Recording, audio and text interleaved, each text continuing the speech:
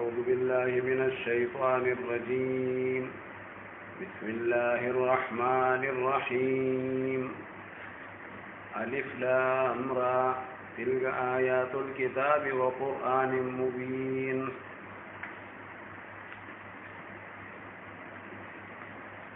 دا سورة حجر شروع شو. حجر د یو مقام نوم دی او په دې صورت کې د هغه خلکو چې کوم په حجر کې اوسېدل د هغوی واقعه را روانه ده، نو ټول صورت ته صورت حجر ویل کېږي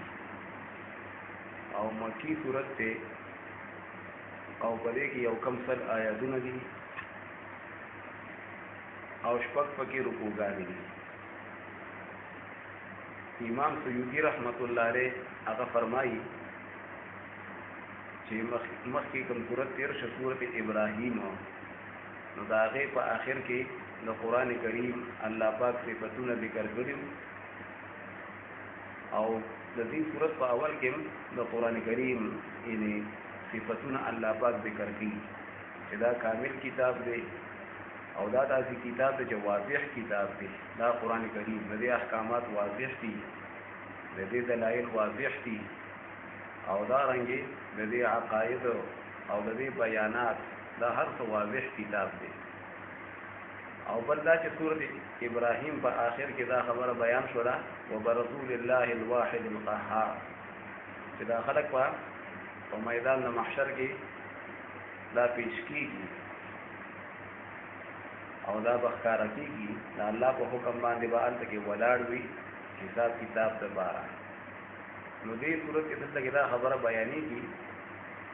چې دا مجرمان او دا نافرمانه خلک او دا کافران خلک د ډېرې مودې پورې دوی په دوزخ کې وي او دا ګناهګار مسلمانان چې کله د دوزخ نه راوښکلی شي نو بیا به دا کافران هم دا تمنا کړي، دا ارزو به کوي چې ارمان دی چې مونږ چې کوم دی مسلمانان وي،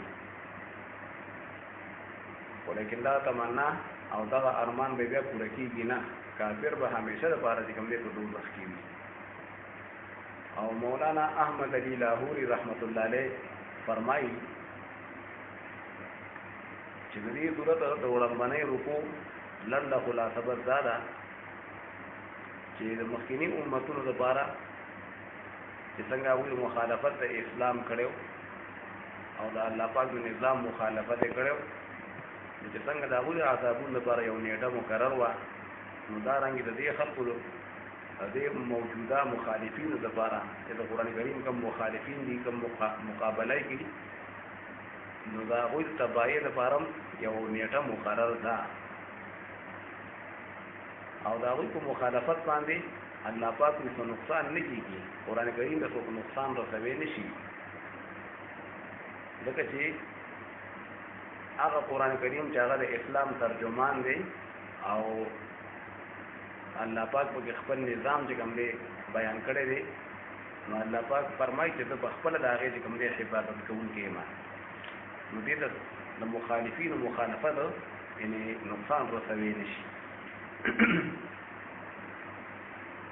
نو الله تعالی فرمایي چې دا آیتونه چې دي دا د کامل کتاب آیتونه دي او دا آیتونه د قرآن مبین دي، هغه قرآن کریم چې د هغې هره خبره واضحه ده، بیانات واضح دي،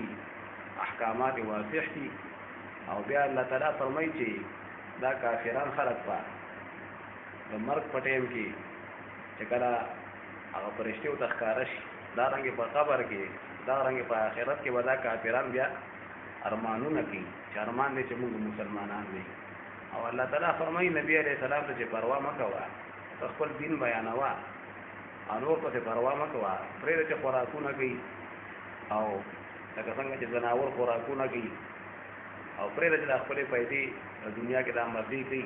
او دا عیش و عشرت کوي او دا اوږده اوږده چې کوم دی امیدونه په دې کې غافل وي، الله پاک خپل انجام به ورته معلوم شي. او بیا فرمایي چې مخکینی امتونو لپاره الله پاک چې کوم کړي ما هلاک کړي د هغوی د عذابونو د تباهۍ لپاره یو ټیم مقرر و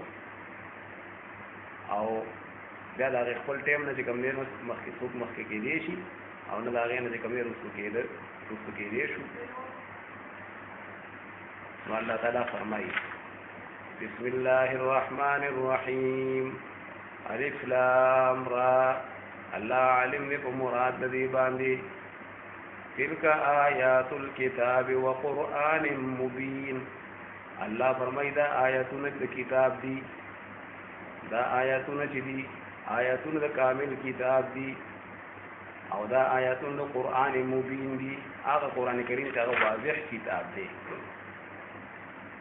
ربما يود الذين كفروا لو كانوا مسلمين الله فرمای بیا بیا با تمنا کوي ارمان بکی کافران چې ارمان دې چې دوی مسلمانان وي ذرهم ياكلوا ويتمتعوا الله فرمای دوی پرېدا ان پروا پسې مکوا چې خوراکونه کوي او فائدې حاصلې کی پرېدا چې خپل عيش او عشرت کوي ته د خپل دین بیانوا او که اوتړې نه مانی پروا پسې مکوا ويلههم الامل فسوف يعلمون او پرېدا چې غافل کی دوی لرا امیدونه او دا منصوبي فسوف يعلمون پس در چې دوی به معلوم کی خپل انجام بیا به پته ولګي وما اهلكنا من قريه الا ولها كتاب معلوم الله فرمای ما نه هلاک کړي یو کړي یو کړي خلک الله یې ما هلاک کړي دي وفانی عموما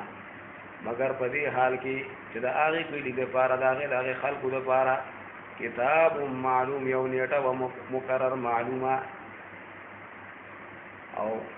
لوح محفوظ کې دا رنګ الله پاک په علم کې داغه پر یو ټیم مقرر وو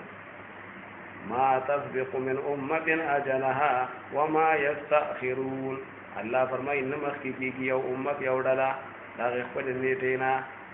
او نه داغه نرسو کېږي وقالوا يا ايها الذي نزل عليه الذكر انك لمجنون وبه کافرانو زمکه الله دې کافرانو زمکه نبی عليه السلام تبوي اے هغه کسا نزل عليه الذكر چې نازل کړه شوی په هغه باندې دا قران یعنی دا څه چې دا خبره کوي چې په ما باندې قران نازل شوی دی او ته دا ګمانونه کوي انک لمجنون بشکه وی خامخات لیونه دې کافرانو زمکه نبی عليه السلام تبوي ته خدا ګمان کوي چې په ما باندې قران نازل شوی حالانکه وی ته خو چې کوم دی وی لیونه نعوذ بالله او کله پیدا خبره کوله چې دا سره ملائکه ولې نه راځي چې هغه خلکو دا خبره کوي چې دا رښتینی دی او چې څوک نه مانی نو بیا هغه ملائکه عذاب ولې نه راوړي لو ما تأتينا بالملائكة إن كنت من الصادقين تولي رات لمون تنا كيف ملائكو سرا کچته تدریشتونو نه یعنی پکار چې ملائکه مون سرا ولي شغستا تصدیق کی او کومګ نه منو بیا را باندې عذاب راوړي نو الله تعالی فرمایي چې ملائکه په دې خلق باندې ځکه یعنی نه نازلوم ځکه الله پاک عادت مبارک دی کله یو قوم یو معجزه په خپل هغه وغواړي او یو نه وغواړي او بیا دوی چې کوم دی هغه کارشي او بیا نه مانی بیا الله پاک هغه ټول قوم چې کوم دی تباہ کوي او د نبی عليه السلام په برکت باندې د نبی عليه السلام د وجنه الله پاک دا ټول خلق یې په دې باندې عام عذاب نه راوړي نو الله تعالی فرمایي چې ملائکه راشي نو دوی خو بیا نه مانی نو بیا خو الله پاک دوی عذاب دوی له عذاب ورکي او دوی به هلاکي حالانکه الله پاک د دوی د هلاکول لا فیصله نه کړی الله فرمایي ایمان ننزل الملائکه الا بالحق موږ نه نازلو ملائکه نرا کو دو ملائکه مگر الله فرمایي الا بالحق مگر دا حق سره یعنی بیا عذاب کوم دی و بیا ګورې راځي او د ملائکو په نازلولو کې خامخا حکمتونه وي الا بالحق مگر په حکمتونو سره بیا باغې کې حکمتونه وي نو الله پاک وي چې بیا چې کوم دی عذاب بیا ګورې راځي ملائکه په یو حکمت باندې بیا راځي او الله پاک دوی له عذابولو لا فیصله نه کړی چې عام عذاب دوی ورکړي وما كانوا اذا منظرين او نبوي دوی په دغه وخت کې مهلت ورکړي شي انا نحن نزلنا الذكر وانا له لحافظون الله فرمای مونږه نازل کړ دا ذکر او دا قران کریم وإنا له لحافظون بشک مونږ د دې قران کریم لپاره خامخا حفاظت کوونکیو ولقد ارسلنا من قبلك في شيع الاولين او خامخا په تحقیق را الله فرمای ما را لګلی ډېر پیغمبران ستانه مخکې اے نبی علیہ السلام فی شیع الاولین فاغ ډلو دوړم بنو خلقو کې وما یاتیهم من رسول الا كانوا به یستهزئون او نبرات هغه خلقو ته یو پیغمبر الا كانوا به يستهزئون مگر ودوی چې باغ پر به استهزاء خنداګانې کولې هر زمانہ کې چې پیغمبر راغلی دی نو الله پاک فرمایي چې خلقو پر خنداګانې اکثر کولې چې څنګه په خوانو به خنداګانې کولې نو دې وسنو په اړونو کې ما الله پاک وي هغه خنداګانې الله یې ما داخلي کړي دې په اړونو کې مدغه پکاوي موجود دي چې ایمان په قران نه راوړي په نبی عليه السلام او الله تعالی فرمایي چې د خوانو خلقو عادت هغه څنګه وو چې د پیغمبرانو مقابله به کولې او تکذیب به کو مدارنګ دا وسلیم دغه شان دي کوي چې بیا څنګه دا پاغو باندې الله عذابون را لګړي دي او دې موجوده به هغه عذابون هغه شان راشي كذلك نسلكه في قلوب المجرمين الله فرمایي دا غرانګي چې څنګه هغه په قانون به استهزاء کولا خنداګانې به کولې الله فرمایي دا غرانګي نسلكه في قلوب المجرمين مونږ داخلو دا استهزاء دا خنداګانې ورونو د مجرمانو کې دې مکه را خلق دیم ته کومه خنداګانې بکی په دې حال کې لا یؤمنون به ایمان نه راوړي په قران باندې او په نبی عليه السلام وقد خلت سنة الاولين وتحقیق را الله وی تیر شوی دي سنة الاولين عادت ورمبنو خلقو چې څنګه د قانون خلقو کوم عادت د انبیاء علیهم السلام مقابله به کوي دا موجوده هم چې کوم مقابله کوي مطلب چې کوم خبر کوي ولو فتحنا عليهم بابا من السماء فظلوا فيه يعرجون کله به نخي غوښتلې چې موږ کوم نخ غواړو نو الله پاک فرمایي ولو فتحنا عليهم بابا من السماء کله موږ کولا او کو دوی باندې دروازه د اسمان نه فظلوا فيه يعرجون فسوي وګرځي چې په هغه دروازه کې بیا برخیږي الله پاک یې فرض کا اسمان ته مو خېجو مدانه نخي او تخکارا کم او بیا به موږ چیرې زموږ په نظرونو نظر بندي شوی دا په سترګو باندې او کله به موږ باندې جادو شوی دی یعنی بیا به چې کوم دی ایمان نه راوړي نو بیا هم باندې کیدا باندې ګر خلق دي ولو فتحنا عليهم بابا من السماء الله فرمایي کله کولا کوم په باندې دروازه د اسمان فظلوا فيه يعرجون فغرزي کې دوی پاره کې چې برخیږي لقالوا خامخات دی بوای انما سكرت ابصارنا چې خبر دادا سكرت ابصارنا بنکړی شوی دي او نشکړی شوی دي سترګې زمونږه ان په موږ نه تر باندې شوی بل نحن قوم مسحورون بلکې موږ داسې خلک یو چې په موږ باندې جادو کړی شوی دی بیا به چې رب باندې جادو کړی دی ادا خو موږ بره نه راځي او اته موږ تخکاری الله پاک دې باندې ختمي کینا یو څړه چې د حق طلبګار نه کړي هغه بیا باندې کی ولقد جعلنا في السماء بروجا وزيناها للناظرين دا دویمه رکوع د سورۃ حجر د دې بس لنډه خلاصه ده چې الله تعالی فرمایي چې څنګه مونږه انصافو د جسمانی غذا لپاره الله پاک کوئی تنظیم کړی دی تاسو د جسم تنظیم ما کړی دا هواګانی دی دا خوراکونه دي دا وبدي نو الله پاک دا رنګه ما تاسو د روح لپاره هم تنظیم کړی دی او د روحاني غذا هغه قران کریم دی دا الله پاک دا دین دی دا وحی دا الله پاک ما دې تنظیم کړی دی چې شیطان ګوره هغه تر دې نشي او شیطان کا وقت دی کنه هغه وحی ته د فرشتو هغه خبرو ته نو الله پاک فرمایي ما دا هغه تنظیم کړی دی هغه فرشتي بیا په لمبو باندې ولي او د دې تنظیم شوی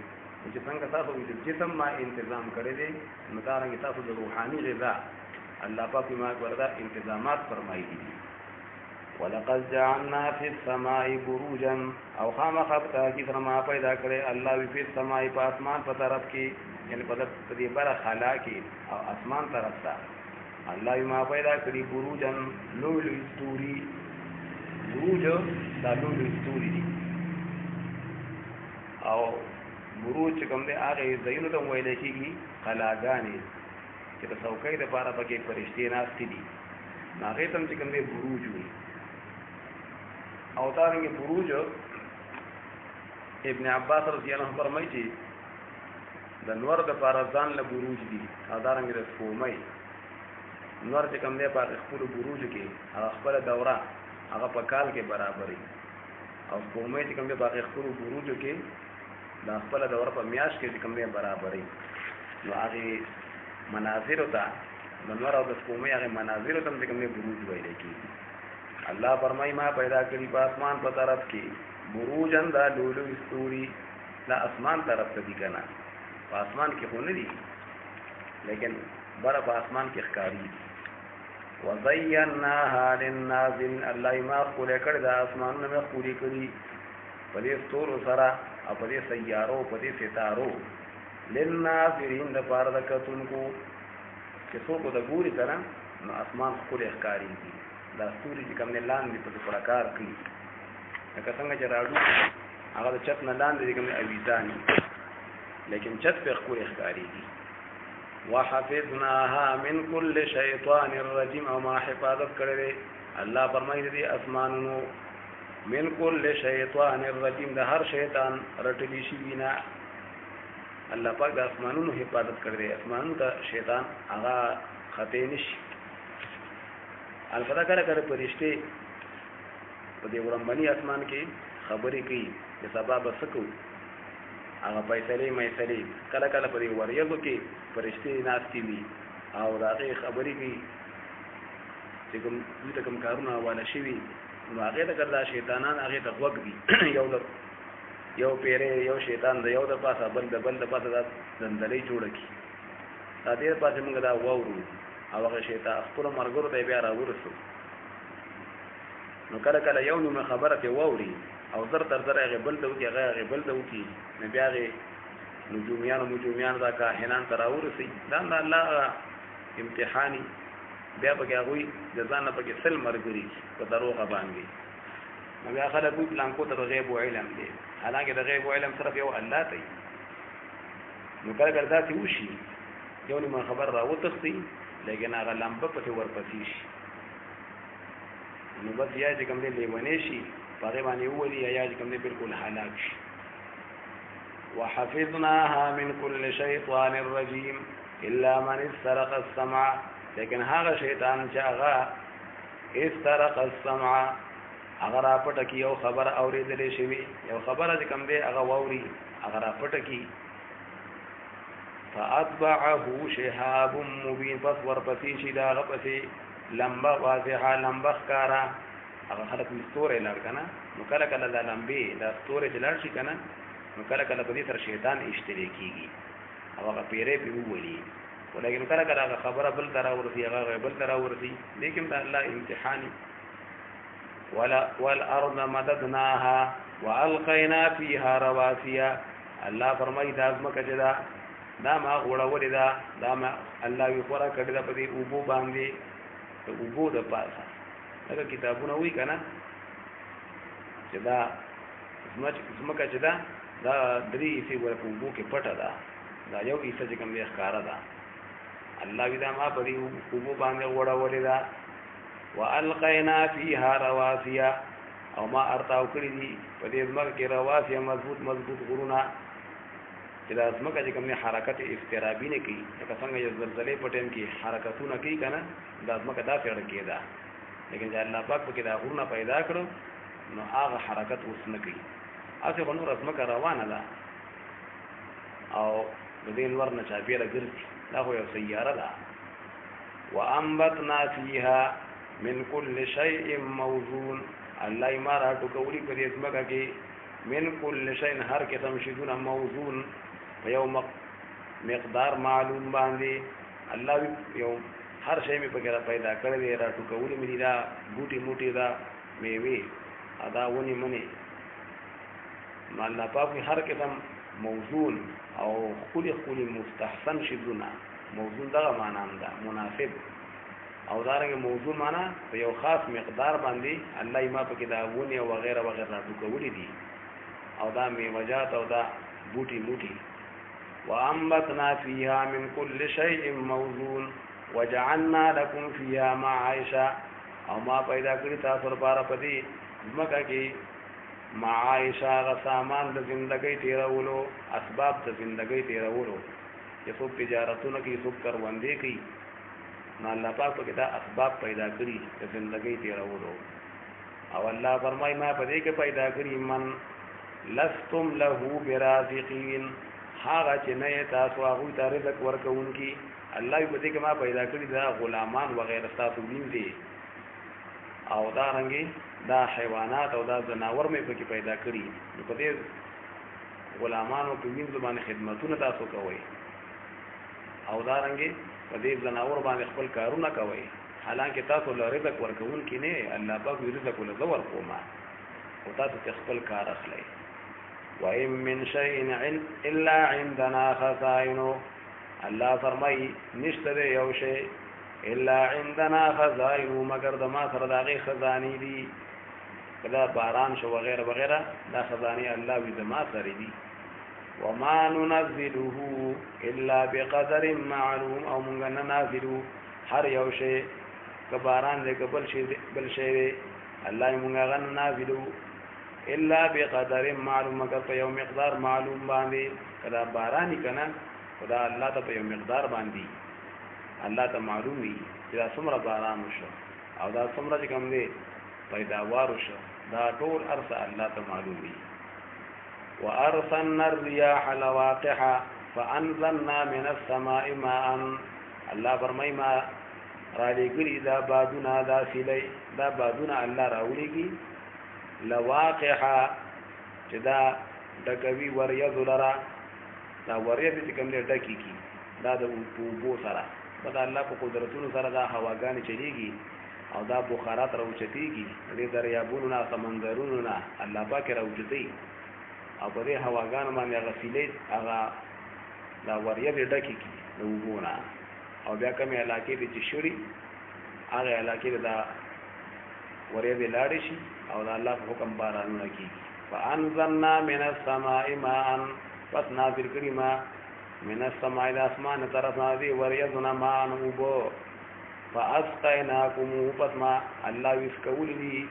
پتا په باندې هغه وبو پتا په باندې وسکو ما تاسو په دې زناورو باندې وما انتم له بخازنين او نه تاسو دغه وبو د پاره خزانه کوونکی او جمع کوونکی الله تاسو خزانه کې تاسو په کنټرول کې خدا وبنه دي کنه دا خدای الله په کنټرول کې دي دا رنګ تاسو خزانه کوي هم نشي اوس د کال د بارا مثال په تور غدا في الله پاک حکم کړی وي چې بس په کال کې به یو پیر باران کیږي او ځان له وب خزانه کوي ځان له وب جمع کوي بیا په خلکو ځان جمع کړي د خپل سارو لپاره د خپل فصلونو لپاره د پټو لپاره دا الله پاک خزانه کړي څه دریابونو په شکل کې دي څه کویانو په شکل کې څه چینو په شکل کې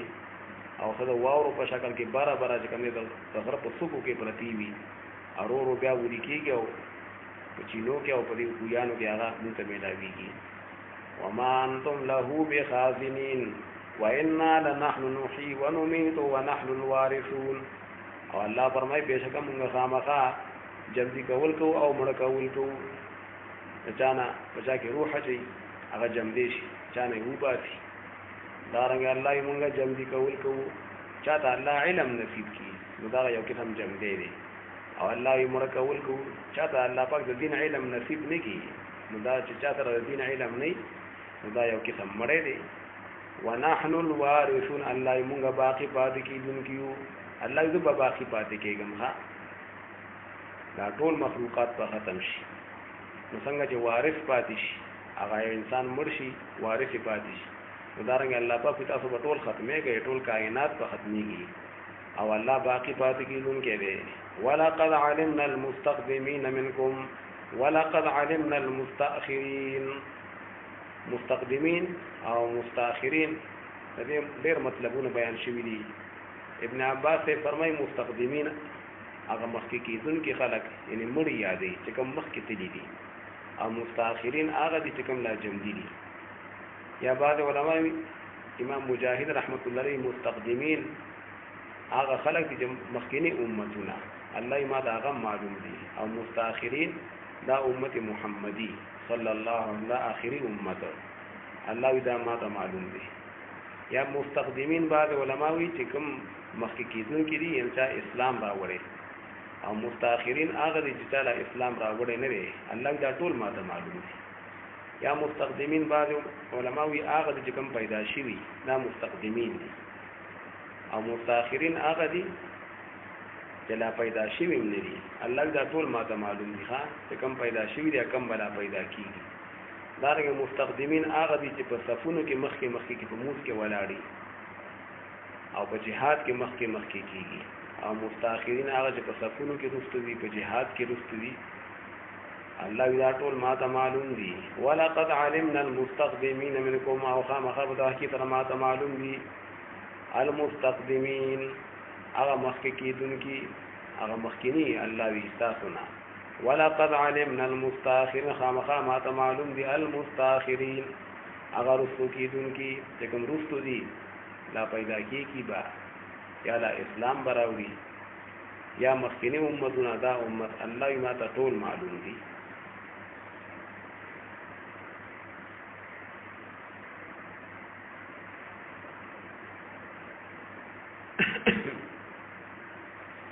وإن ربك هو يحشرهم إنه حكيم عليم.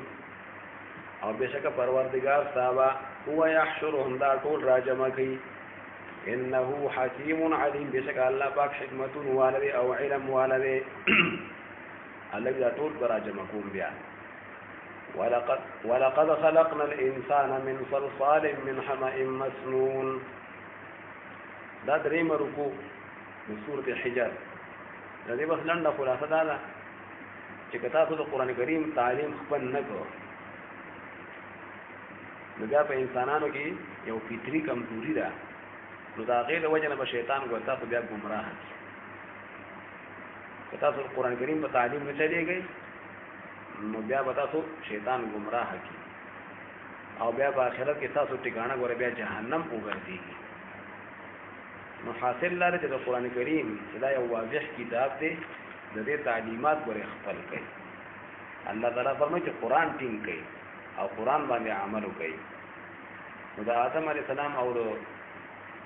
ابلیس ته قصه ځای په ځای ذکر شوې ده، په دې کې د الله پاک توحید بیانېږي وغیره وغیره ډېر حکمتونه په دې کې دي. ولقد خلقنا الانسان من صلصال من حمأ مسنون.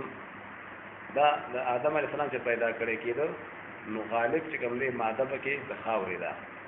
د اور سیدم پکې ده، او دارنګې د اوبو دارنګې د هوا، خو زیاته حصه پکې چې کوم دی د انسان کې د خاورې ده. او بیا چې کوم دی هغه خاوره واغه ګړې شوله او سمه توره خټه شوله او تغییر پکې راغی، لکه دا یو قسم بوی پکې پیدا شي، هغه ګاره واغه ګړې شي که نه خټه واغه ګړې شي. د هغې نه پس بیا چې کوم دی وچه شوه او په اور باندې هم پکې پخه شوه، نو کرنګېدونکې خاوره کل فخار بل ځای کې راغلي. انسان پیدا دی لکه یو قسم د هغې کرنګېدونکې خاورې نه لکه د کوترې په شان دی، او په دې پیریانو کې زیات غالب چې کوم دی هغه اور دی. الله پاک وایي انسان مې د هغې نه پیدا کوو، جنات مې د هغې نه پیدا کړي. ولقد خلقنا الانسان من صلصال خامخا به دا کې در ما پیدا کړی انسان من صلصال د هغې کرنګېدونکې وچې خاورې نه، من حمأ مسنون چې هغه جوړه وه، من حمأ د هغې تورې خټې نه، مسنون چې په هغې کې بدلون راغلی و، په هغې کې تغیر راغلی و، یو قسم بدلوني پکې پیدا شي. نو څه موده پورې دا خاوره دا یو ګاره چې کوم دی هغه یې توره خاوره ته جوړه شوې وه، او د هغې نه بیا وچه خاوره شوه، کرنګېدونکې انسان د هغې نه پیدا شو. غالب پکې خاور ده. والجان خلقناه من قبل من نار السموم. الله فرمایي ما پیدا کړی جان. دا جان څوک وي؟ دا ابلیس دی، دا شیطان. او څوک وي؟ نه د شیطانانو د پیریانو پلار چې دی جان بابا. الله وی ما پیدا کړی دا جان، د پیریانو پلار می پیدا کړی. الله وی خلقناه من قبل، هغه ما پیدا کړی او مخکې د آدم علیه السلام نه. من نار السموم، دا هغې اور نه چې خالص اور. من نار السموم، دا هغې اور نه چې خالص لمبې وي، لوګې پکې نه خالص اور. نو نار السموم سمه هوایي چې بالکل لوګې موګې پکې نه، که خالص اور که نه سمه لمبۍ، لکه د هوا په شان باریک، سم په مساماتو کې ننوځي په دې انسان په دې بدن کې. الله وی د خالص اور نه مې پیدا کړی نو غالب پکې اور ښه. وَإِذْ قَالَ رَبُّكَ لِلْمَلَائِكَةِ إِنِّي خَالِقٌ بَشَرًا. او په هغه وخت چې ویل پروردګار تا ملائکو ته بېشکه زه پیدا کوونکی یم انسان. من صلصال من حمأ مسنون، دا هغې وچې کړنګېدونکې خاورې نه چې هغه جوړه ده د هغې تورې خټې. مسنون چې په کې تغیر او بدلون راغلی و، بوی پکې یو قسم پیدا شوی و، هغه خټه هغه ګلې شوې وه، او بیا د هغې نه وچه خاوره کړنګېدونکې، او بیا د هغې نه آدم علیه السلام. آدم علیه السلام دې تیار شو، او الله پاک ملائکو ته وی چې کله پکې روح واچوما، نو بیا د تاسو د عزت لپاره سجده وکړئ. فإذا سويته ونفخت فيه من روحي فقعوا له ساجدين. پس په هغه وخت چې د انسان برابر کم او پوکم پد کې، الله وی هغه روح زما، یعنی هغه روح چې ما په خپل قدرتونو باندې پیدا کړی. ها مې روح دا مطلب دی الله یې په خپل روح ټکو هغه پوکما، یعنی هغه روح چې زما په قدرت پیدا شوی. دا روح دغه ډېر تفصیلات دي، د دې په حقیقت باندې بس الله پوهیږي. هغه په نغمه کې بارا کې براشي. بعض علماء دا جوهر مجرده به جسم نه دی. امام غزالی رحمت الله علیه، امام رازی رحمت الله علیه، عام صوفیای کرام او فلاسفه دا خبره کوي.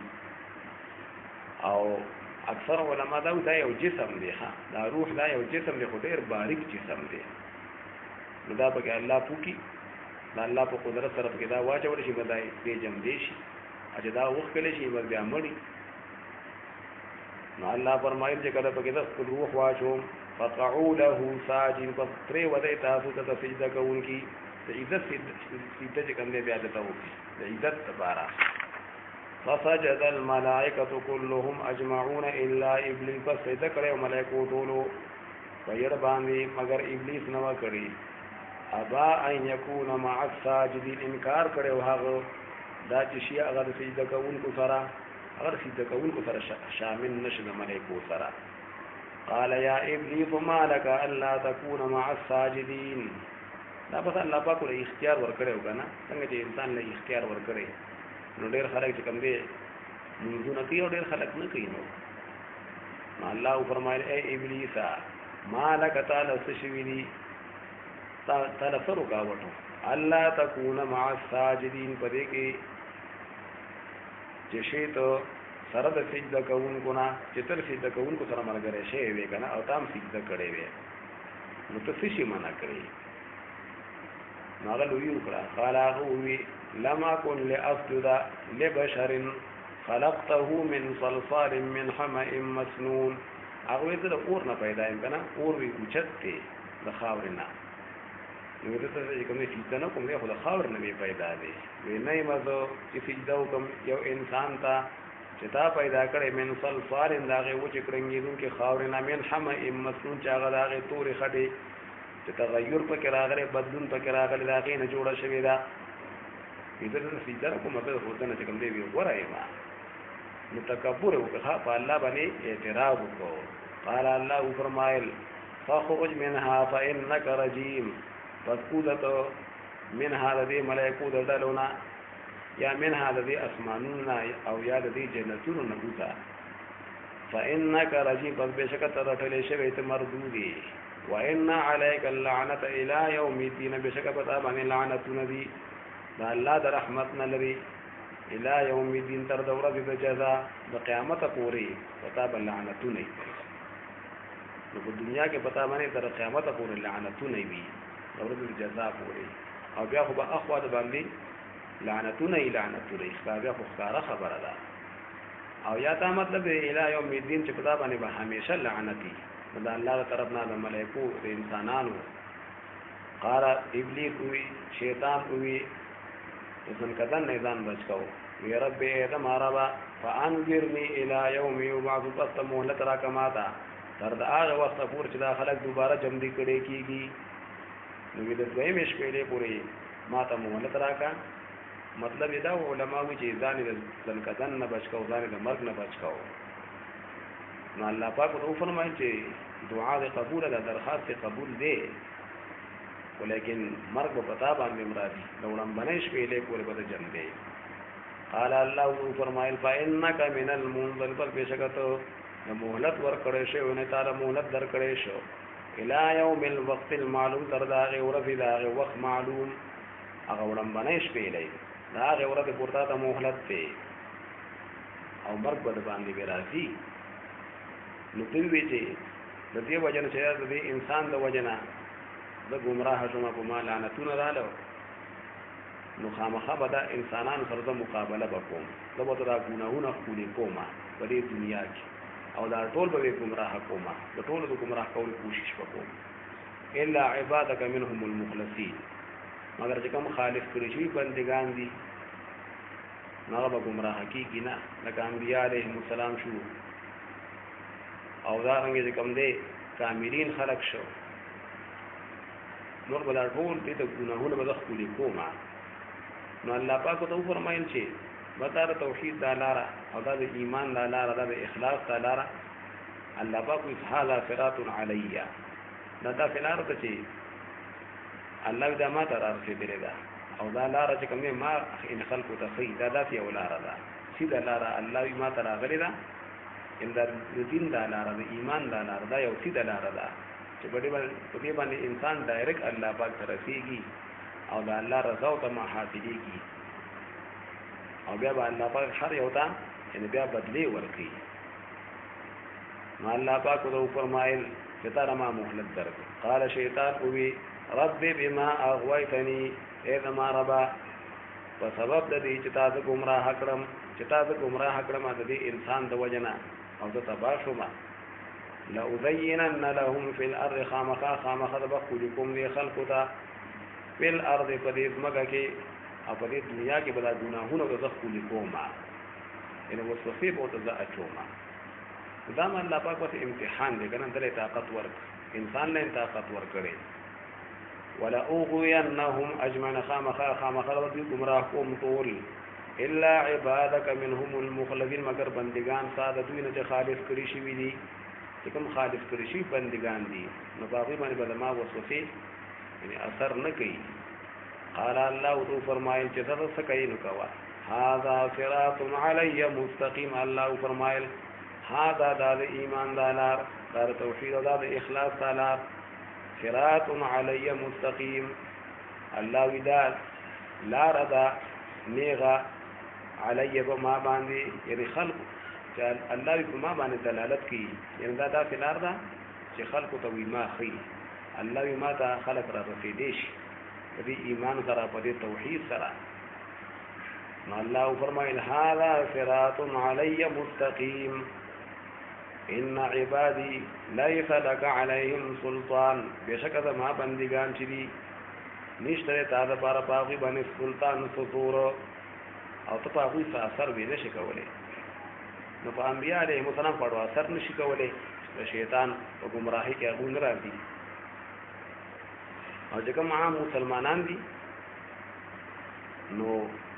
پاغي باندې سطور نشته وسوسه او تکي کله کله په وسوسه کې راشي لیکن چې کوم خاص بندگان دي کنه نبي هغه بیدار شي خپل هغه ګناه باندې هغه خپل خدای باندې نبي چې کومه توبه وباسي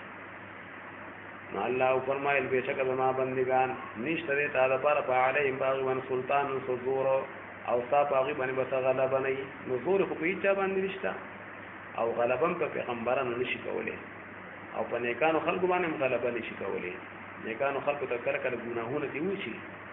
لیکن بیا توبه وباسي الا من اتبعك من الغاوين مگر هغه څوک چې ساته بيداری کړی وي او ساته بيداریو کې من الغاوين دي گمراهانو نه چې کوم گمراهان چې کوم دي ساته بيداری کوي نو کې دي چې ستا غلبه په هغوی باندې راشي په دې کافرو باندې او په دې فاسقانو باندې کې دي چې هغوی توبه وباسي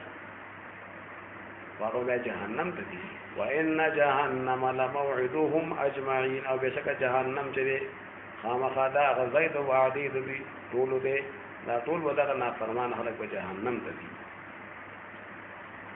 لها 7 ابواب او دغه جهنم د بار دغه دوزخ د بار 7 ابواب او دروازې دي نو د دوزخ او دروازې دي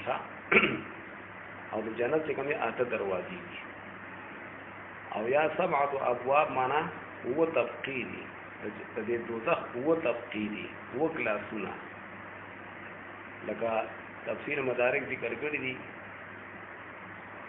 او د علی رضی الله عنه نوم تفسیر ابن جریر دا خبره ذکر کړی ده د دوزخ هو تفقید نو یو طبقه چې کوم دی هغه د جهنم وي هغه د ګناهګار مسلمانانو لپاره ده نو کله کله جهنم هغه ته وي او کله کله ټول دوزخونو ته جهنم ویل کیږي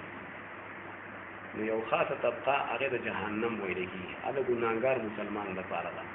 یو طبقه کې د لزوا هغه د يهودو لپاره بل حطما هغه د نصاراو بل سعیر هغه د صابئین لپاره او بل سقر هغه د مجوسیانو لپاره او بل جهنم د مشرکان لپاره دوزخ هغه د جهنم وي او بل چې کوم دی حاویه ده او حاویه چې کوم دی هغه د منافقین لپاره ان المنافقین فی الدرک الاسفل من النار الله تعالی فرمایي چې منافقین به هغه لاندې طبقه کې دي ټول نه لاندې چې کوم جهنم دي منافقین به پاره کې دي الله فرمایي لها 7 ابواب جهنم د پاره دوزخ لپاره وو دروازې دي یا وو تفقیدی لكل باب منهم جزء مقسوم د هر باب د هر دروازې او د هر طبقه د پاره د خلق د جهنم یانو دوزخیانو نه جزء مقسوم یو برخه ده جدا جدا معلومه تقسیم کړی شوی نو بعد دوزخیانو په یو دروازه بعد دوزخیان په بل دروازه نو د هر لپاره خپل خپل حصہ د معلومه دا رنګ د هر طبقه لپاره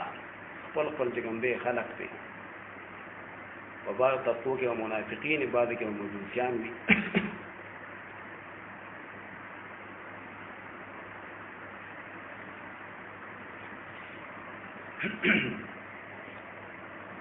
ان المتقين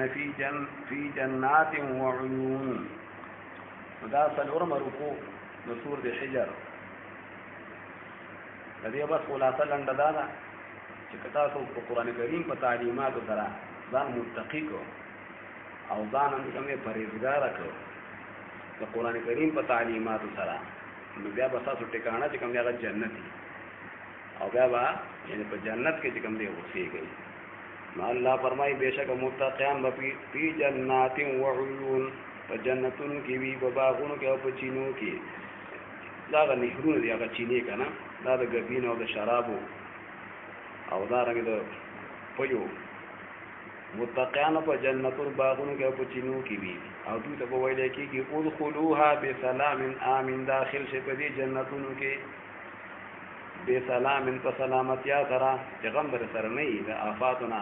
سالم به خمګانونه بنئ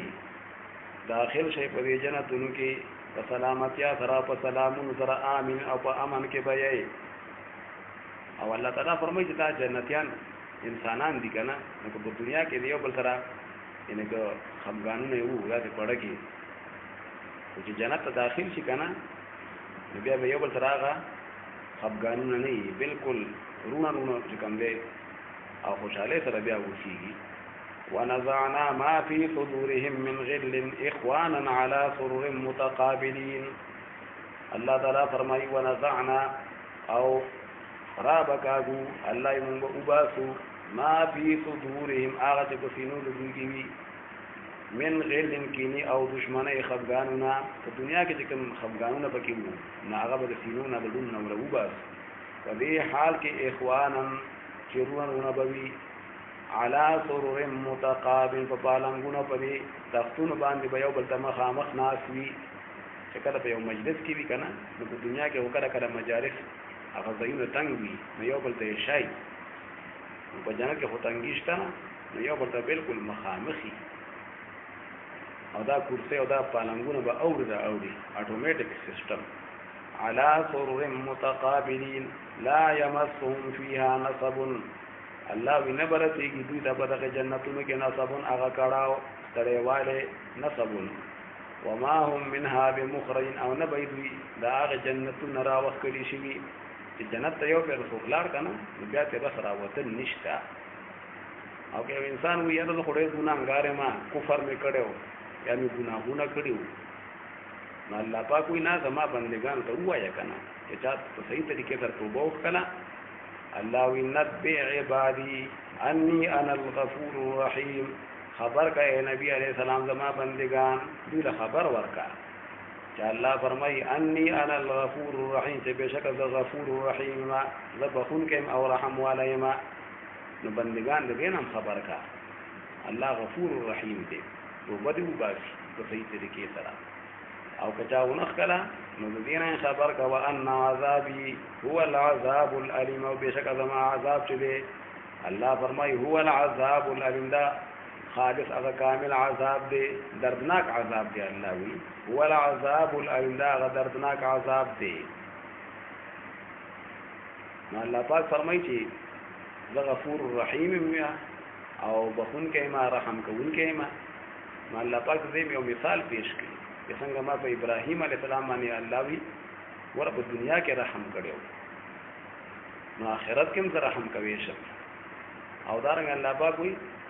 وان عذابي هو العذاب الالم نما عذاب دردناک مغره دی لکه څنګه چې د لوط علیہ السلام په قوم باندې عذاب راغلی په دنیا کې نو الله پاک دا دوه واقعاګانې اوس ذکر کړي چې الله پاک فرشتي راولې غلي دا مخکې حقیقت یې راشي وا د انسانانو په شکل کې د خپل علاقانو په شکل کې لوط علیہ السلام لتري او دارنګ ابراهیم علیہ السلام لتري نو ابراهیم علیہ السلام د پاره هغه د رحمت فرشتي وي او زیره چې کوم دی ول ورکو او د لوط علیہ السلام د قوم لپاره هغه د عذابونو فرشتي شوي ونبئهم عن ضيف ابراهيم الله خبر ورکړي تا د ملمنو د ابراهيم عليه السلام دا جبريل عليه السلام دا غفر یو لس ملائکی وي لکه مخکې سورته هود کې دا تیر شي د لسو سپاره کې نو دې ته ملمنې ذکر وي چې ملمانو چې ته په جندر نو دا هغه داګني انسانان دي ملمستیا ول تیار کړه پکې بیا هغه ملائکی وي خوراک نه کو الله وی خبر ورکړي ته هغه ملمنو د ابراهيم عليه السلام اذ دخلوا عليه فقالوا سلاما فاغ وقت چې داخل شو په ابراهيم عليه السلام باندې فقالوا سلاما فاغوي ان سلام واچو سلام اچول یا السلام علیکم ابراهيم عليه السلام باندې سلام واچو قال ابراهيم عليه السلام فرمای ان منکم وجل بشکا موږ تاسو نه وجلون یریدو دا خبره نور به راشي و چې ابراهيم السلام زر تر زر چې کومه ښه ولورید کو بیا هو خوراک نه کو نو ابراهيم عليه السلام سره بیا یاره شو هغه هغه زمانه طریقه دا و چې چا به خوراک نه کو کنه نو داغه نو بیا خطر کېده وی کې دې چې دا ما د نقصان لپاره راغلي اعلی پیجندې نه راګني ملائکی او یاله چې ان منکم وجلون په موږ تاسو نه یریکو لکه داسې آثار دا غینه معلومې ده لکه نښې معلومې دي چې هغه به چېره د دې نه د عذاب معلومېږي چېره کېدای شي په چا باندې عذاب دپاره دا راغلي وي نو ابراهیم علیه السلام ووي نو اول په خپل اړه کې چې کوم دی هغه یره محسوسه کړه هغوی ته لا نه وویلي چې یریږم او بیا چې کوم دی ورته وي انا منکم وجلون بیا دا ښکاره ووي انا منکم وجلون بېشکه مونږ ستاسو نه وي یریدونکي یو زمون سره یاره ده قالو هغوی ورته ووي چې نه مونږ خو فرشتي یو ښه یریږم لا توجل یریږم انا نبشرك بغلام علیم بشک موږ زیره درکو تا فیو الک علم والا تتبع الله پاک یو الک درکی او دا غلو اسحاق علیہ السلام بوي ابراهیم علیہ السلام ناشنا او تخکارا شولا لکه چې خپل عمر ته کتل او د خپل د عمر ته کتل دا خو بوډاګانو متعجب شانتي ول ورته چې دا خو ناشنا خبره ده چې په داسې وخت کې به زمونږ چې کوم دی قال ابراهیم علیہ السلام فرمایل ابشرتمونی علی ان مسنی الکبر فبما تبشرون آیات فزیر را کوي ماتا سره د دین چې ان مسنی الکبر چرار سیدره به ماتا بوډا والے نما هوټه عمر دی وی نو عام حالات مطابق د عام عادت مطابق نما هوټه عمر دی پتا څه ټیم کې بچي پیدا کېدل ناشنا خبره ویدن وو فبما تبشرون پس پکم شي سره تاسو مال زیره ویرا کوي فبما تبشرون پس پکم شي سره زیره تاسو زیره ماته اوروي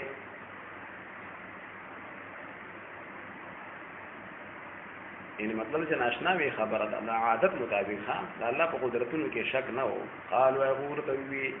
بشرناک بالحق موږ زیره درکړی تا بالحق پر اشتیا سره یعنی یقینا چې صاحب ان دوی پیدا کیږي فلا تکم من القانتين پس مکه غته د نا امیدونه اند بچونه د بچینه چې کوم نه امید کېګه ما دې ته موږ ورته چې موږ بوډاګان یو الله بدل بوډاوالي کې کوم نه بچی درکې نو ابراهيم عليه السلام او فرمایل قال ابراهيم عليه السلام او فرمایل ومن يقنط من رحمت ربه الا الضالون چې نه امید کېږي د رحمت خپل پروردگار نه الا الضالون مگر گمراهان خلق او نا خبر خلق وی چې کوم خلق د الله د رحمت نه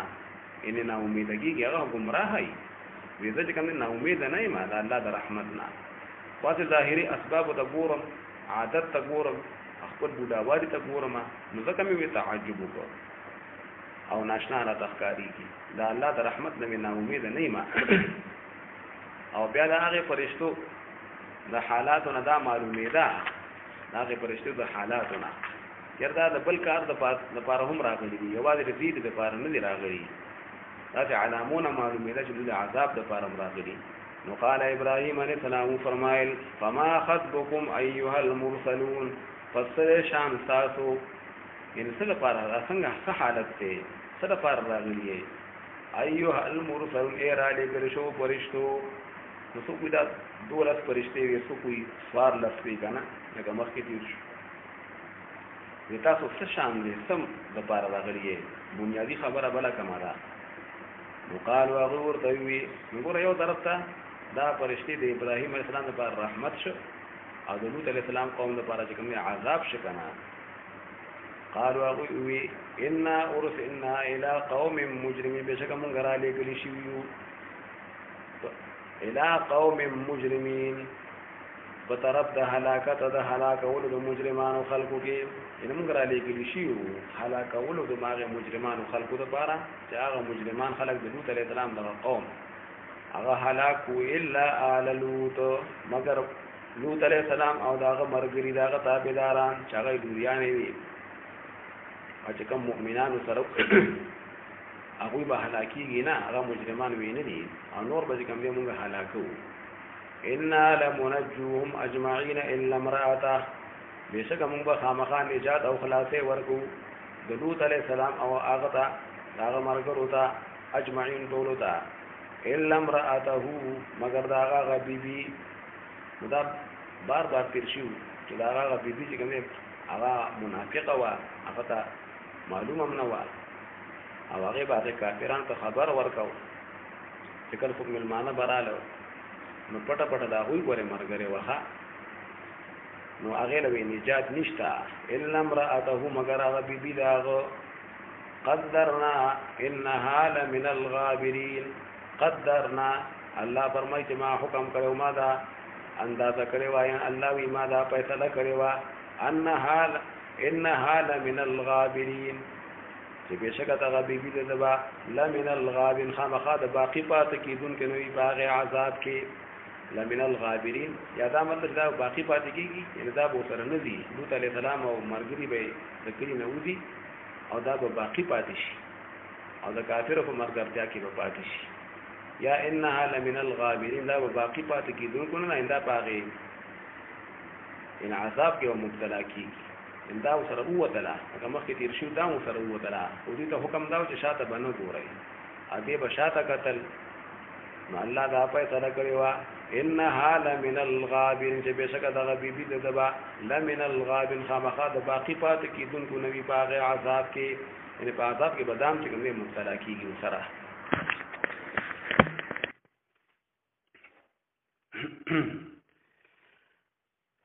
أعوذ بالله من الشيطان الرجيم بسم الله الرحمن الرحيم فلما جاء آل لوط المرسلون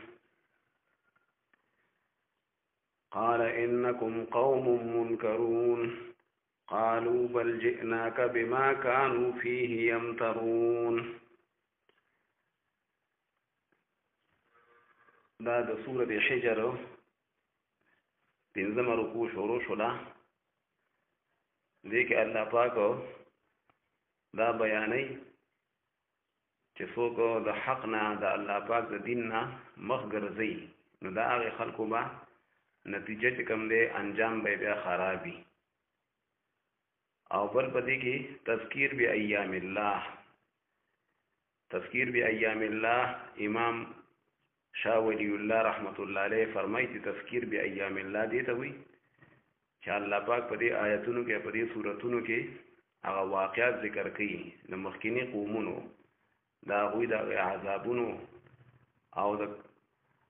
هغه قومونه چې هغه باندې مصیبتونه راغلیو چې موږ د هغه واقعاتو نه نصیحت حاصل کو چې کومه نافرمانی هغه کړي وي او هغه باندې عذابونه راغله د هغه نه وجنه نو چې موږ ځان د هغه نافرمانو نه بچ کو نو دې کې تذکیر به ایام الله هم ذکر کیږي نو الله تعالی فرمایي چې مخکې تیر شو هغه ملائکه ابراهیم علیه السلام لرالی هغه خو زیره چې کوم دی ورکو د اسحاق علیه السلام د پیدا کېدو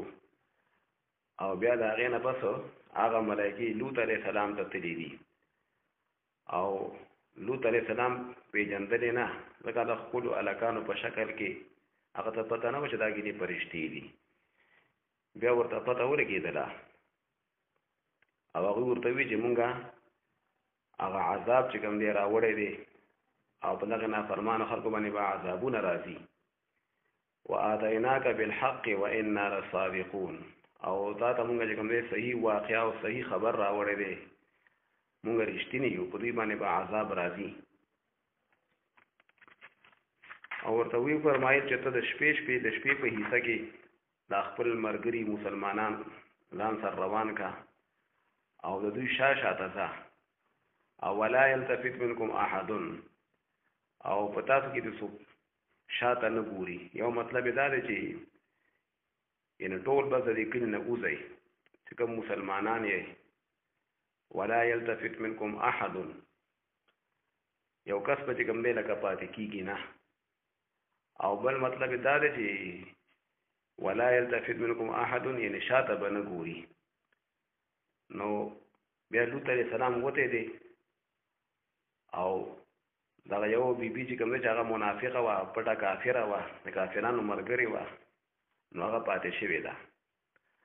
او بعض مفسرین دا و چې نه هغه مو سره تللی ده لیکن بیا هغې شاته کتل نو بیا په هغې باندې یو ګډ چې کوم دی راغی او هغه هلاکه شوه نو لوط علیه السلام ته وحی شوی و چې الله پاک تاسو کوم طرف ته حکم کړی دی شام طرف ته تاسو بس هجرت وکړئ تاسو لاړ شئ او پاتې کېږئ ما او دا وحی ورته وشوله چې بس په دوی باندې فیصله شوې ده چې د سبا په ټیم کې بس په دوی باندې به عذاب شروع کېږي او د دوی جړ او بنیاد به اوځي نو الله پاک هغه واقعه په دې کې ذکر کړي هغه فرشتې تللی دي دغه علاقې ته د خپلو علاقانو په شکل کې وي دغه خلکو وي دا خو ښکلي علاقان دي او دوی خو په ګناهونو کې مبتلا وو چې سړو به د سړو نه د علاقان نه پیدې حاصلولې لوط علیه السلام ته مینت زاري وکړله وی ګور دا د ما مېلمانه دي ما مه شرموئ الله نه ویریږئ هغوی ورته وي چې ته مونږه منع کړی نه وي چې میلمانه به نه راولې. بیا ورته هغه وفرمایل چې یاره ستاسو په دې کورونو کې چې دا بیبیانې الله پاک پیدا کړي دي نو که تاسو خپل خواهش پوره کوونکي نو ځان له حرامو نه بچ کړئ او دا بیبیانې الله پاک تاسو لپاره پیدا کړي دي. او بیا نبی کریم صلی الله علیه وسلم ته الله پاک فرمایي لعمرک انهم لفی سکرتهم یعمهون چې ستاسو په عمر به دې زما قسمی الله پاک نبی علیہ السلام ته وی دا خلک سم چې کوم سم په نشه کې وو او د ګناهونو په نشه کې وو په تکبر کې وو حیران او سرګردان وو. ابن عباس رضی الله عنه فرمایي چې نبی علیہ السلام الله پاک ډیر ګران دی. قرآن کریم کې الله پاک د بل چا په عمر باندې الله پاک قسم نه دی خوړلی او د نبی علیہ السلام په عمر باندې الله قسم خوړلی دی چې په تا باندې ما قسمی چې هغه خلک ډیر په نشه کې وو. خیر بیا دا عذاب شروع شي په دوی باندې د سبا په ټیم کې تر د نور د خطو پورې. نو الله پاک فرمایي چې هغه بره طرفونه د هغې کلو امې ول ښکته کړه او ښکته مې ول بره کړه. جبریل علیه السلام راغی او ټول هغه یو څو کلي په لکونو خلکو هغه اوچت کړه او بیا چې کوم دی اسمان ته نږدې کړه او بیا یې الټه کړه لکه هغوی الټه کارونه کول. نو الله پاک په هغه کلي الټه کړه او بیا پرې پاسه هغه د کوتکاڼو د ګټو هغه باران الله پاک کړی دی. او الله پاک فرمایي په دې کې د عبرت حاصلونکو دپاره په دې کې ګورې نښې دي. او دغه کلي د لوط علیه السلام دغه کلي چې کوم تباه شو الله پاک دا په روډ په غاړه په هغې یعنې په هغې سړک په غاړه باندې آباد وو. شام ته چې کوم سړک تړی و د مکې مکرمې نه د حجاز نه شام طرف ته نو د دوی دغه کلي دغه هلته کې وو. او الله پاک فرمایي په دې کې د مؤمنانو لپاره عبرتونه دي.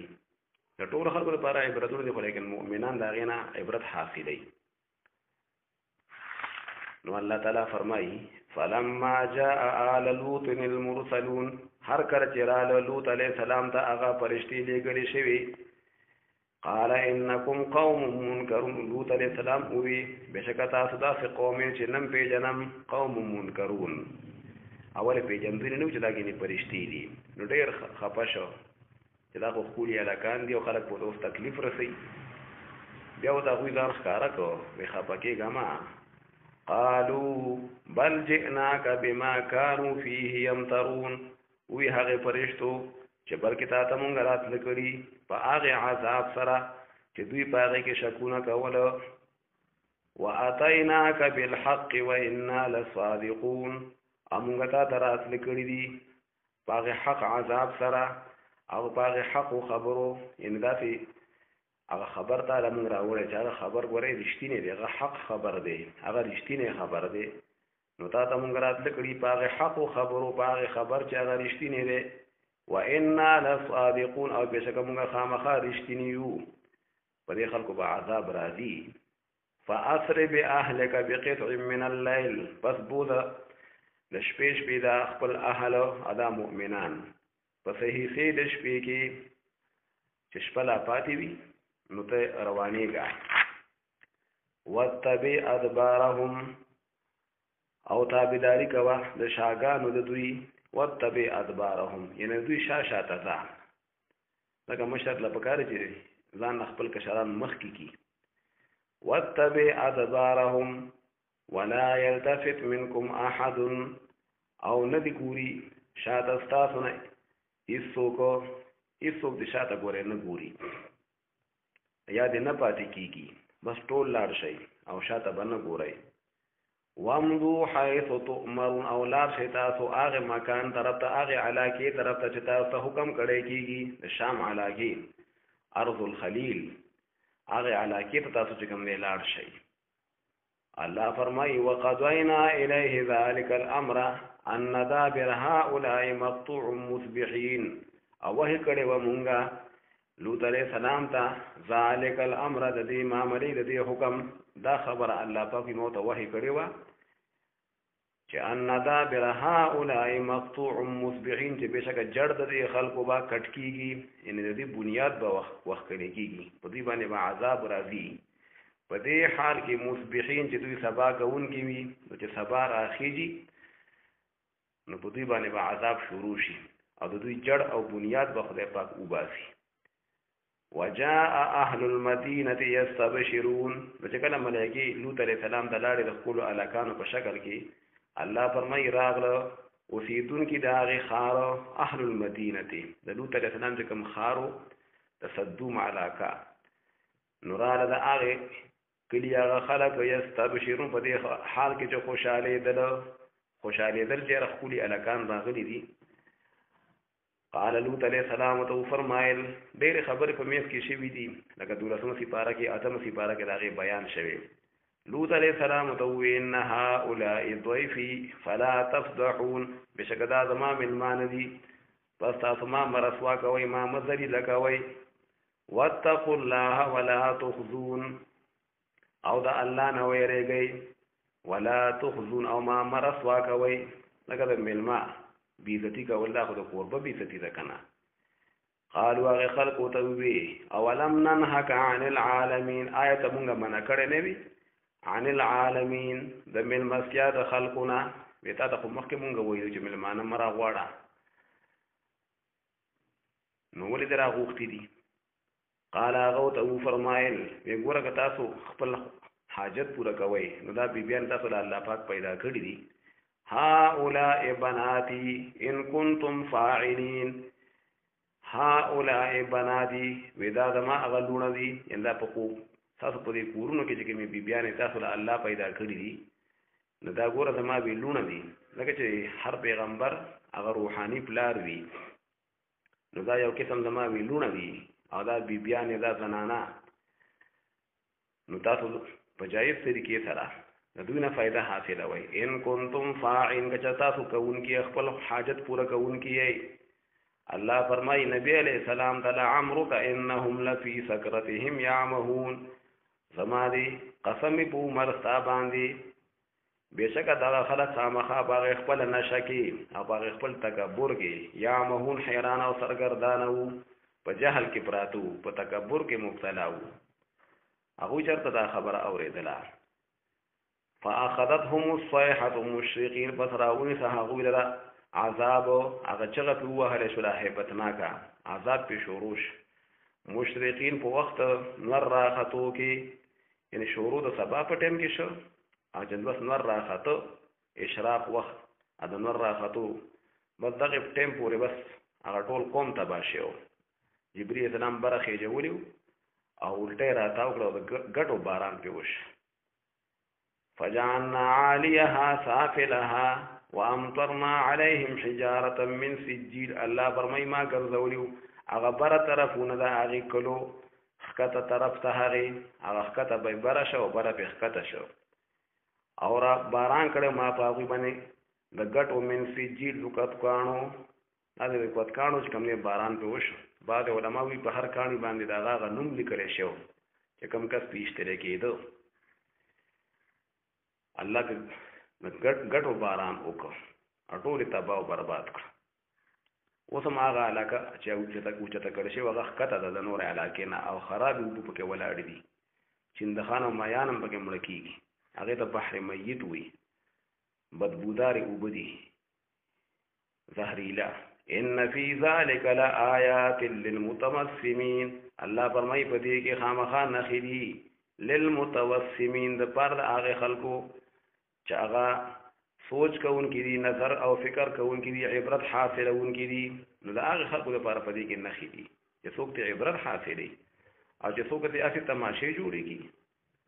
عبرت نه حاصلوي نو هغوی ته خو بیا پیدا نه ورکوي که نه. چې کوم ځای کې عذابونه راغلي نو هغه د تماشو ځایونه نه دي هغه د عبرت ځایونه دي چې خلک عبرت ته حاصل کړي. وانها لبسبیل مقیم. الله فرمای بشکا دغه کلی د قوم د لوط علیه السلام دغه کلی چې دی لبسبیل مقیم خامخا باغې سړک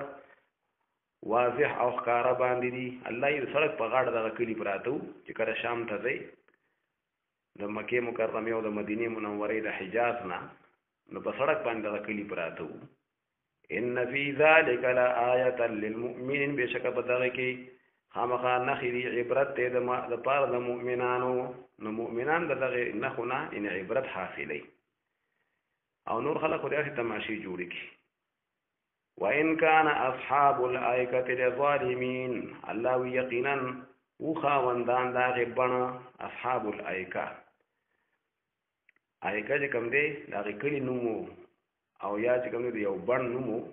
دا د شعیب علیه السلام قوم و اصحاب مدین هم ورته وایي اصحاب الایکه څوک دا جدا جدا قومونه وو او څوک نه دا یو قوم دی خو هلته کې بڼ و نو ځکه ورته اصحاب الایکه وایي الله وایي یقینا اوسېدونکي د هغې بڼه د شعیب علیه السلام قوم دا خامخا ظالمانو کفر او شرک یې کوو او په ناپ تول کې به په تللو کې به خلکو له نقصان ورکو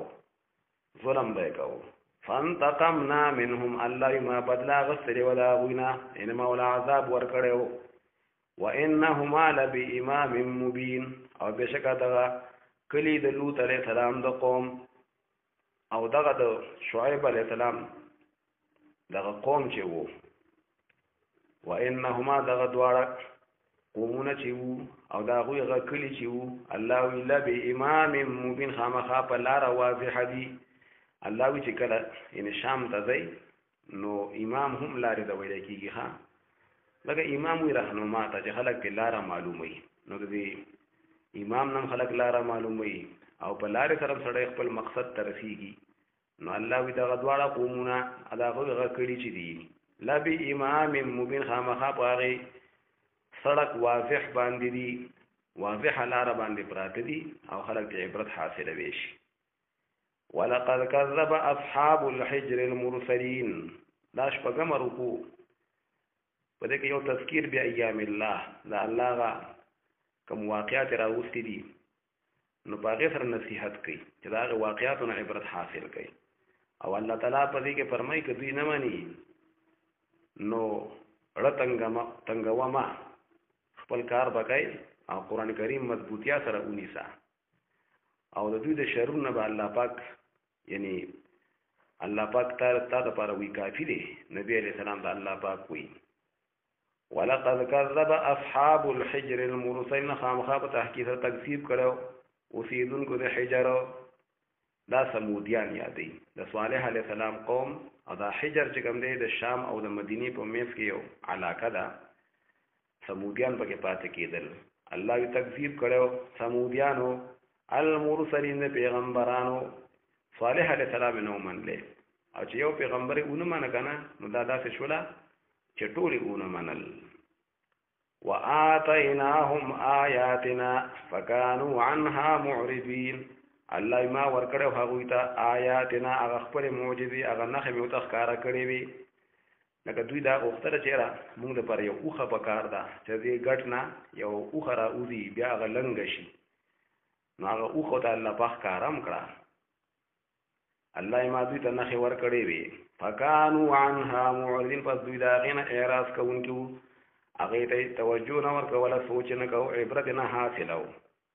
وکانو ینحتون من الجبال بیوتا آمنین او دغه خلک دغه سمودیان چې هغوی به تراشله د غرونو نه کورونه په غرونو کې به یې ځان لږ کورونه دومره مضبوط خلک وو په غرونو کې به یې کورونه چې کوم هغه ګټې به یې وتراشلې او په هغې کې بیا پاتې کېدل آمنین په دې حال کې چې په امن کې به وو ښه په امن کې به وو چې راتاو را باندې نه شي ښه مضبوط کورونه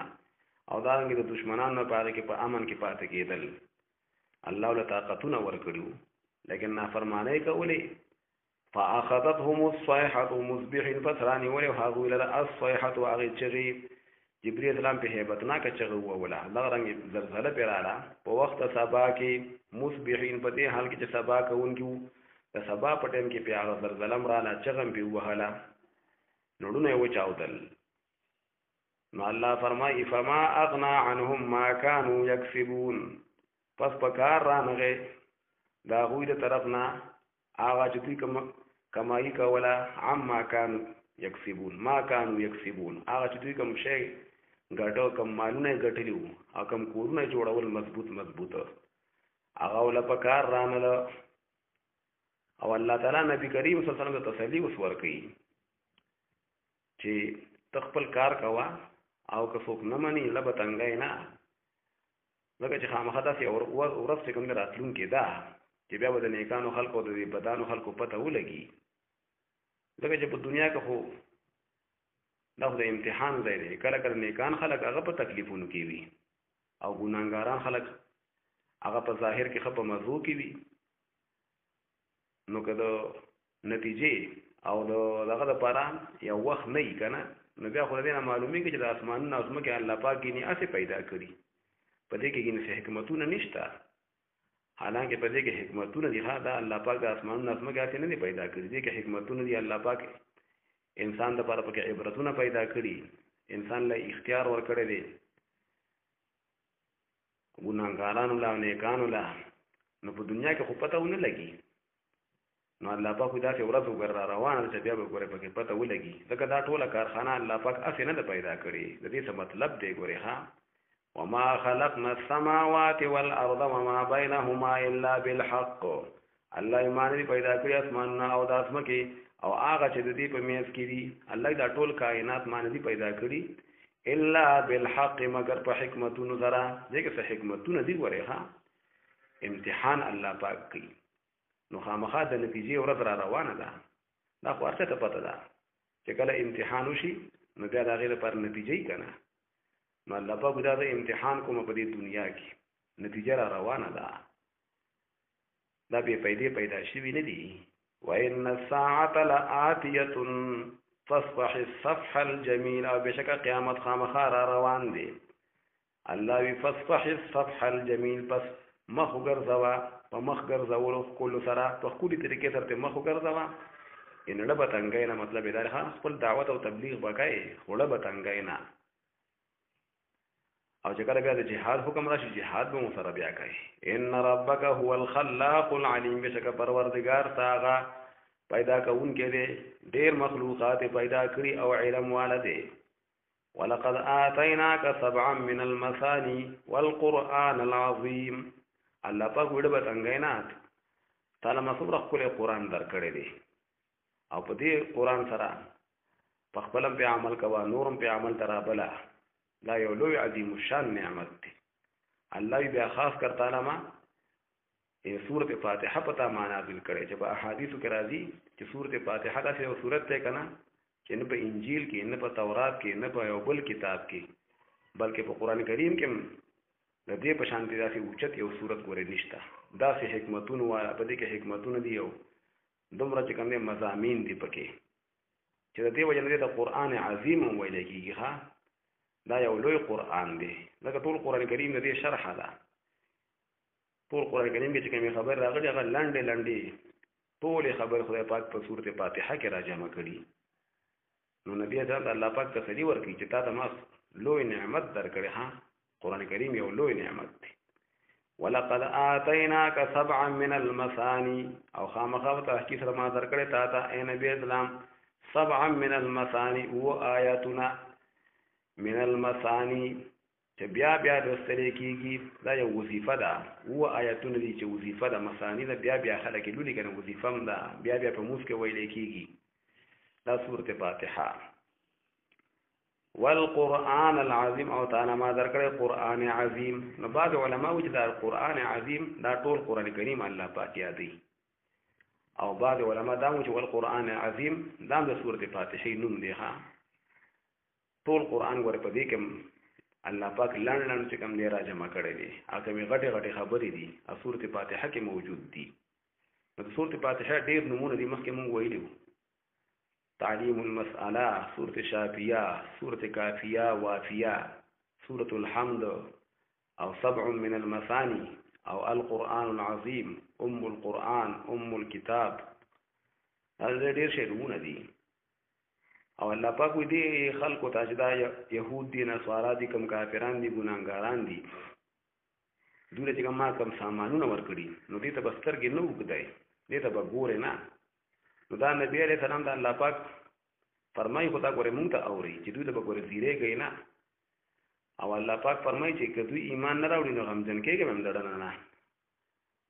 دا به دومره غم نه ورکوي خپل کار به کوئ او د مسلمانانو سره به ښه تعلقات ساتئ لا تمدن عينيك الى ما متعنا به ازواجا منهم الله هرگز موږدوا عینک خپل دواړه سترګې مبارکې ان ګوره ما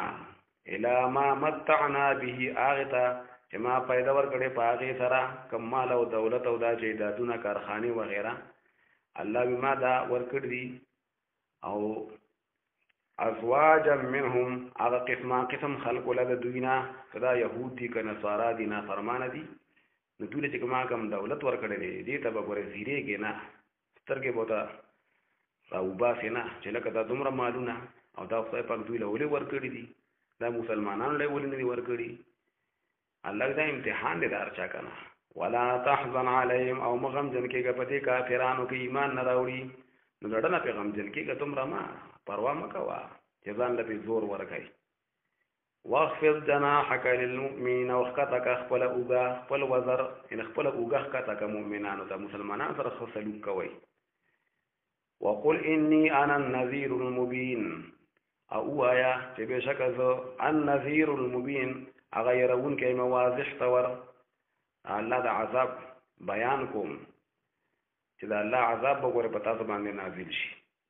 کما انزلنا على المقتسمين لکه څنګه چې الله ما نازل کړو عذابنا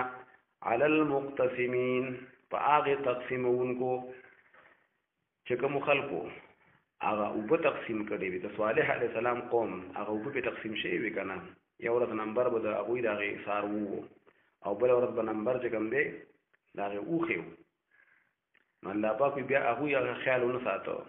په هغه ما عذابونه الله وی نازل کړو کما انزلنا على المقتسمين چې څنګه ما عذابونه الله په هغه تقسیمون کو باندې چې هغه نمبر جوړ کړي وي د صالح علی السلام قوم یا دا رنګ نور يهود او نصارا چې دا الله غ کتاب تقسیم کړو چې کبه دا غوي هغه مطلب ته پورا کېده او دا غوي خوخو نو بیا به هغه معنا او چې کوم دا غوي هغه مطلب ته نه پورا کېده خواهشات مطابق پنو نو غوي دا الله کتاب تقسیم کړو نو الله چې څنګه ما عذابونه په غوي باندې نازل کړي او یا دا مطلب چې اے نبی رسول تعالی ما سورۃ فاتحه او قران کریم درکړي کما انزلنا على المقتسمين لکه څنګه چې ما نازل کړو کتابونه على المقتسمين فاغه خلقو چاوي دا الله کتاب تقسیم کړو یعنی په يهودو باندې څنګه چې الله کتابونه نازل کړو په نصاراو باندې ولیکن بیا هغوی په پاره کې تقسیمونه شروع کړو سې منل او سې نه منل چې څنګه باغوی کتاب نازل شو الله یې پتا باندې ما کتاب نازل کړی دی کنه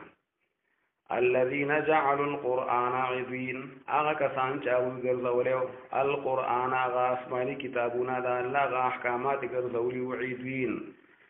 ټوټه ټوټه اجزا یعنی الاسماني کتابونه